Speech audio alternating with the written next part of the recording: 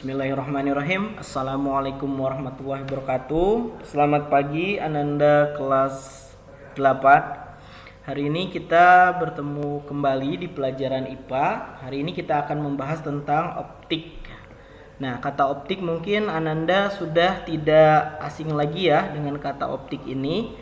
Hampir setiap hari kita mendengar istilah optik ini, dari mulai mungkin bendanya seperti kacamata, kamera, ada di HP juga, kemudian mikroskop, sama juga di sini ada benda di sini namanya teropong untuk melihat benda di jarak yang jauh. Nah, ini menggunakan prinsip kerja optik ya. Nah, secara khusus hari ini kita akan membahas tentang pemantulan, cermin datar dan cekung. Nah, pernah Ananda melihat pelangi? Jadi pelangi itu warnanya beraneka ragam ya. Kalau orang bilang ada Mejiko Hibiniu, merah, jingga, kuning, hijau, nila dan ungu. Kemudian, nah, pelangi ini adalah salah satu fenomena optik yang terjadi di alam, dan tentu saja pelangi adalah ciptaan Allah yang sangat indah dan kita wajib mensyukuri akan nikmat tersebut ya. Kemudian di sini ada sifat-sifat cahaya. Nah, apa kaitannya cahaya dengan optik? Nah, optik itu kan adalah alat ya sebetulnya. Seperti mata kita aja, mata kita adalah alat untuk melihat ya, melihat, indera untuk melihat. Jadi apa sih yang dilihat mata kita? Sebetulnya kita itu melihat cahaya. Nah, tapi kenapa misalkan benda ini warnanya ini, warnanya ini? Karena benda itu misalkan warnanya itu dan menerima pantulan warna dari cahaya. Jadi, jadi cahaya itu yang membawa warna-warna itu datang ke mata kita sehingga kita dapat melihat benda-benda itu warnanya beraneka ragam. Nah, kemudian di sini ada beberapa sifat cahaya yang perlu kita ketahui. Yang pertama, melambat lurus. Jadi cahaya misalkan dari matahari ke bumi itu merambat secara lurus ya. Kemudian dapat dipantulkan. Jadi kalau kita misalkan sorot senter lampu senter ke cermin misalkan, itu dipantulkan kan. Nah, kemudian dapat dibiaskan misalkan kayak seperti cahaya menembus air. Nah, itu pembiasan. Jadi ada pembelokan nanti cahaya karena perbedaan kerapatan dari udara dan air. Nah, kemudian juga dapat dilenturkan atau dibelokkan karena melewati celah sempit. Misalkan cahaya lewat celah-celah rumah. Nah, itu agak dibelokkan cahaya karena celah-celah itu. Kemudian dapat digabungkan. Jadi cahaya juga dapat digabungkan. Kemudian dapat merambat dalam ruang hampa. Nah, seperti matahari tadi ke bumi melalui ruang hampa ya, di ruang angkasa. Nah, kemudian memiliki kecepatan rambat 3 kali 10 pangkat 8 meter per sekon. Nah, jadi sekitar 300 juta meter per sekon. Jadi sangat cepat. Seperti ketika kita menyalakan lampu lewat saklar, itu seperti tidak ada jeda antara menyalakan saklar dengan nyalanya lampu. Itu saking cepatnya cahaya.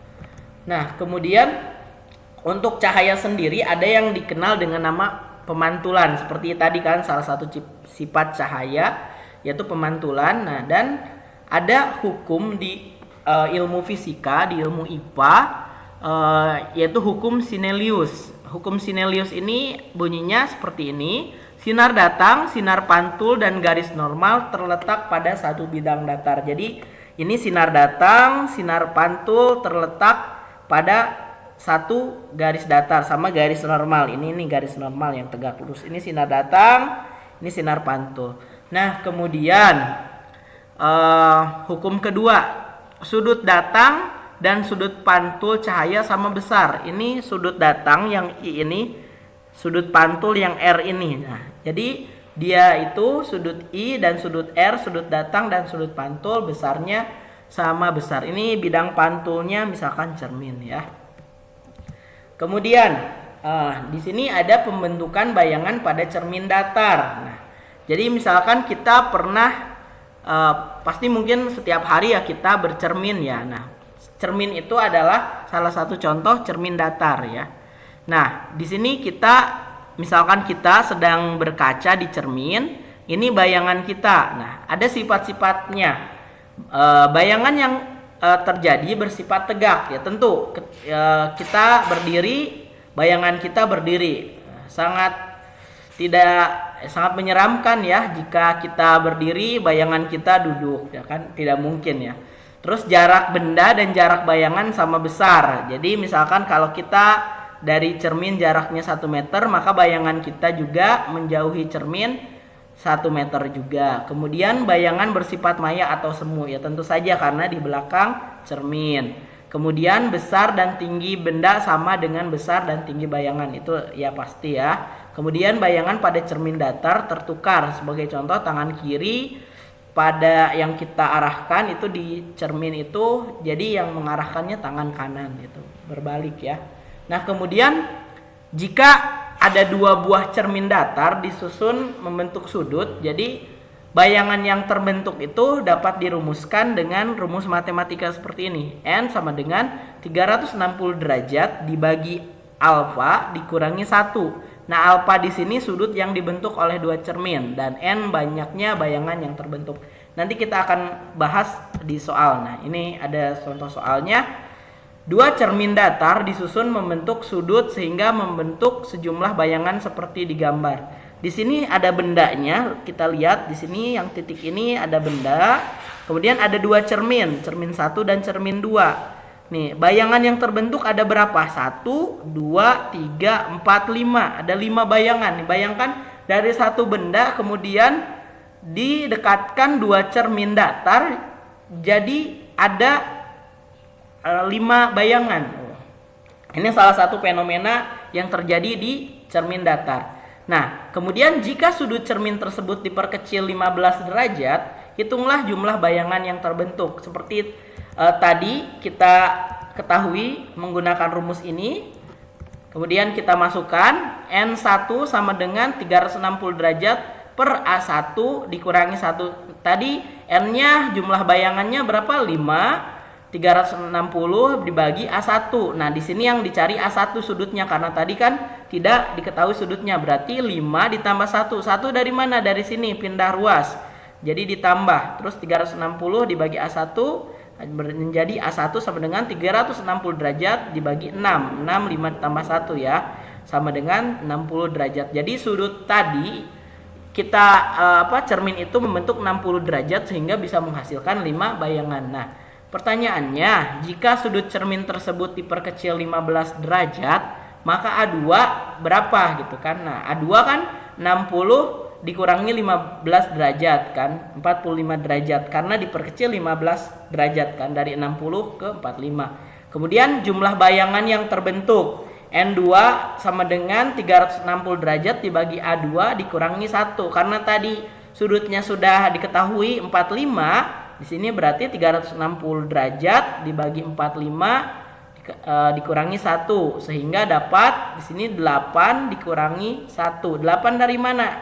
360 dibagi 45 hasilnya 8 dikurangi 1 di sini menghasilkan 7 buah bayangan. Jadi kalau kita perkecil si sudut cermin yang 2 tadi, maka bayangan yang terbentuk jadi lebih banyak. Yang tadinya dari 5 jadi 7 buah.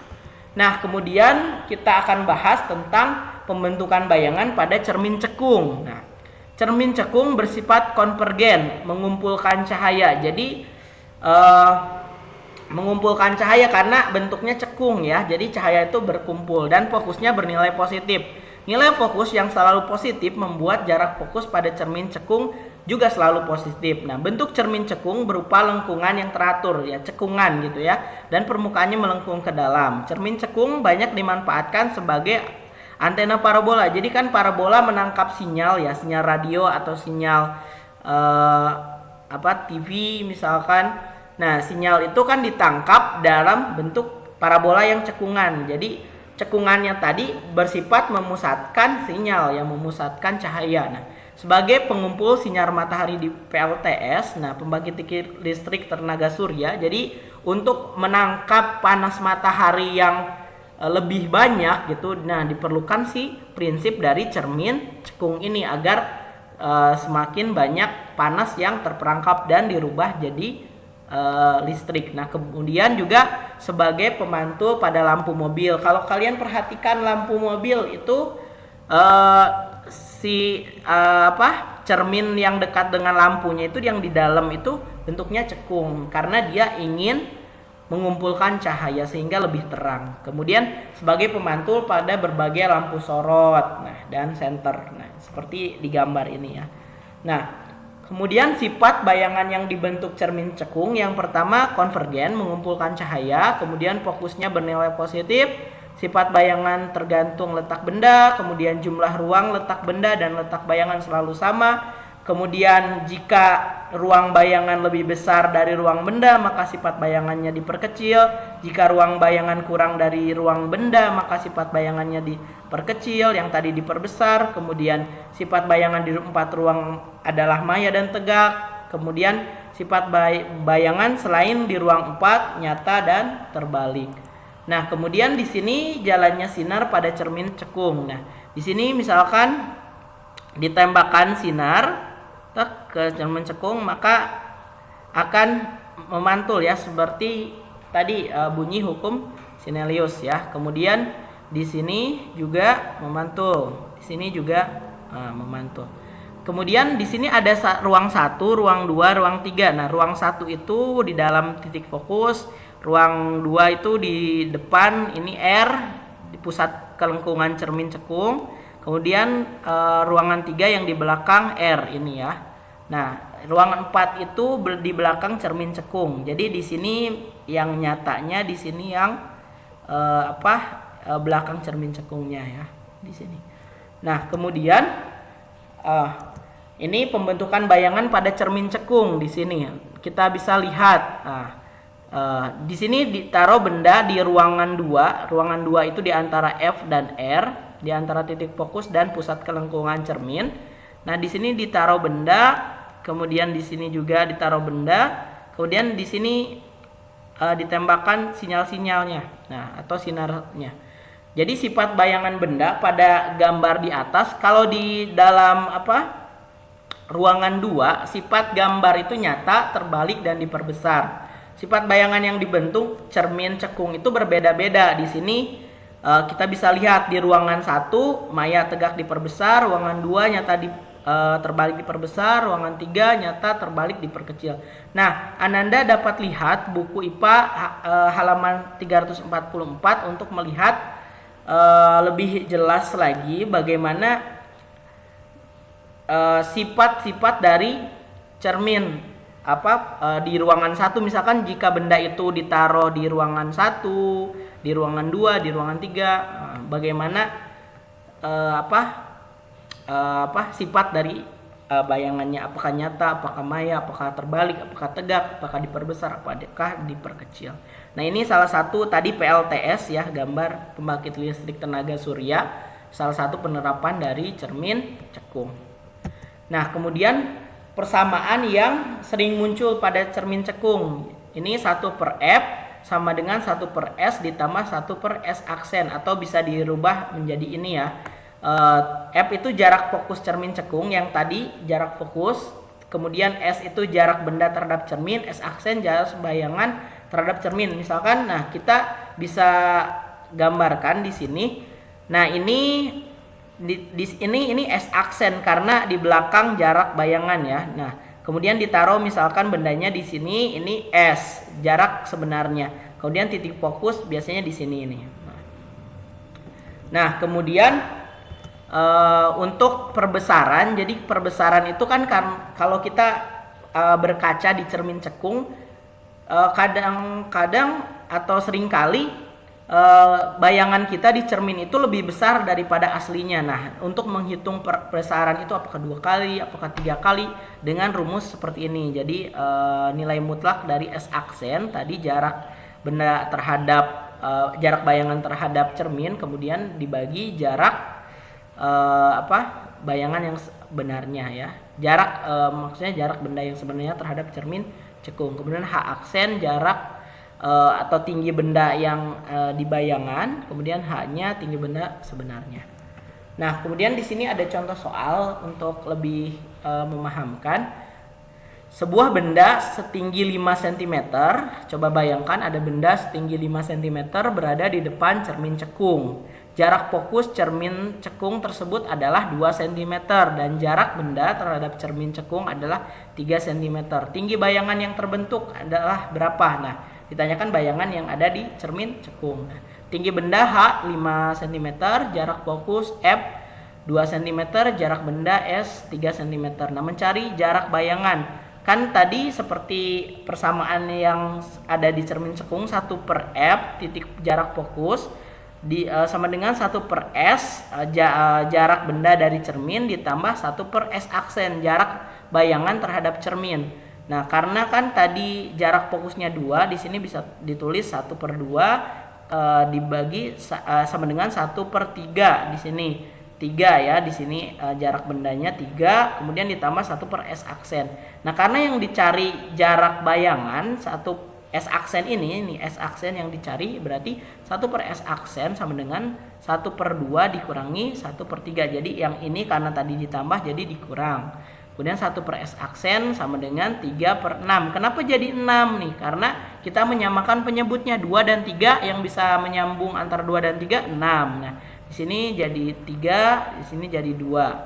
Kemudian 1/S aksen sama dengan 1/6. Nih 3 dikurangi 2 kan 1/6. S aksen 6 dibagi 1. Ini 6 ya, maaf ya, ini ada kesalahan, bukan 1, 6 cm. Kemudian perbesarannya S aksen per S, karena kan nilai mutlak kita bisa anggap positif ya. Kadang-kadang S aksen ini ada yang nilainya negatif. Tapi di sini kebetulan nilai S aksennya positif 6 cm, berarti 6 dibagi 3 sama dengan 2 kali ya. Jadi perbesarannya 2 kali. Jadi misalkan kita berkaca di cermin cekung, jadi bayangan kita itu 2 kali lebih besar dari bayangan dari diri kita gitu kan. Kemudian mencari tinggi bayangan M aksen nilai mutlak dari H aksen per H ya. Maka tinggi bayangannya H aksen. H aksen bisa dicari 5 kali 2 10 cm. Jadi karena tadi 2 kali perbesarannya, berarti tingginya dari 5 jadi 10 ya. Masuk akal kan. Nah, kemudian di sini ada contoh soal pada cermin cekung yang ini tentang penggambaran bayangan. Di sini jelaskan dengan gambar bagian-bagian cermin cekung dan pembagian ruas pada cermin cekung. Lukiskan bayangan pada cermin cekung di mana benda di ruang 1 dan jelaskan sifat bayangan. Seperti yang telah kita tadi pelajari. Di sini ruang 1 ini di depan ini titik fokus ya. Nah, kemudian kalau ruang 2 di antara titik fokus dan titik pusat kelengkungan cermin yang P ini. Nah, kalau ruangan 3 itu di belakang P. Kalau ruang 4 itu di belakang cermin ya, di sini ya. Nah, kemudian yang SU ini sumbu utama, ini sumbu utama. Nah, oke. Ini cerminnya, cermin cekungnya, ini objek cermin cekungnya, pusat optiknya. Nah, di sini ada benda di ruangan 1 karena yang ditanya di ruangan 1 ya. Misal kalau ditanya di ruangan 2 di sini, ditanya di ruangan 3 di sini ya. Nah, kemudian kita lihat di cermin, ternyata bayangannya itu diperbesar. Bayangannya diperbesar, kemudian tegak, kemudian maya ya, karena berada di belakang cermin. Jadi bayangan yang dibentuk maya, diperbesar, sama tegak, dan di ruangan 4 atau di belakang cermin ya. Nah, seperti itu cara mengerjakannya. Misalkan kalau ditanya ruangan 2, nah di sini ya, seperti tadi ruangan 3 di sini. Taruh benda ininya. Nah, kemudian ada contoh soal terakhir untuk cermin cekung, sama seperti soal tadi yang ini. Nah, di sini kita bisa lihat sebuah benda terletak pada jarak 10 cm dari cermin cekung. Jadi dibayangkan ada benda di depan cermin cekung, jarak antara benda ke Nah, dari sini misalkan benda di sini jaraknya 10 cm. Nah, kemudian si jari-jari cermin cekung itu 30 cm. Hitunglah jarak bayangan yang dihasilkan. Nah, jarak bayangan yang dihasilkan kan F sama dengan setengah dari R. Nah, ini ada persamaan baru yang harus Ananda ketahui, setengah kali R. R-nya di sini jari-jari. Berarti setengah kali 30 cm. Berarti jarak bayangan yang dihasilkan, kita mencari titik fokusnya ini F ini. F sama dengan 15 cm karena setengah dari R. Nah, jarak bayangannya gimana? 1/F sama dengan 1/S ditambah 1/S aksen. Seperti tadi persamaan di cermin cekung. Berarti F-nya 15, kemudian S-nya 10, S aksennya di sini yang dicari. Sehingga 1/S aksen sama dengan 1/15 dikurangi 1/10. Nah, kita samakan penyebutnya 150, di sini 10, di sini 15. 1/S aksen sama dengan min 5/150. S aksen sama dengan min 30. Nah, di sini kelihatan seperti ini pertanyaan, sifat bayangannya apa? S aksen di sini minus, di sini maya ya di belakang cermin. Kemudian perbesarannya M sama dengan nilai mutlak dari S aksen dibagi S. Nah, jadi 30 dibagi 10 di sini ya. 30 bagi 10 3 kali. Jadi besarnya misalkan 1 yang bendanya, tetapi diperbesar menjadi 3 kali. Jadi di sini tegak dan diperbesar. Nah, kemudian untuk pertanyaan seperti ini yang harus kita pahami adalah mengetahui persamaan ini 1/F sama dengan 1/S ditambah 1/S aksen dan rumus perbesaran ini serta rumus ini F sama dengan 1/R ya. Nah, mungkin cukup sekian dari Bapak. Silahkan kalau ada pertanyaan, misalkan kalau ada yang belum paham, coba diulang lagi videonya, karena video kan bisa diulang. Kemudian kalau masih tidak paham, bisa ditanyakan ke pengampunya masing-masing. Sama ada tugas yang harus Ananda kerjakan seperti biasa. Sebelum ditutup, di sini ada kutipan dari Quran surat Al-Baqarah ayat 153. Wahai orang-orang yang beriman, jadikanlah sabar dan sholat sebagai penolongmu. Sesungguhnya Allah beserta orang-orang yang sabar. Nah, jadi dalam menuntut ilmu kita harus sabar ya sampai mengerti. Jadi tidak ujug-ujug paham, tapi harus ada prosesnya ya. Itu harus sabar. Ya, mungkin cukup sekian dari Bapak. Jazakumullah khairan katsiran. Wabillahi taufiq wal hidayah. Wassalamualaikum warahmatullahi wabarakatuh.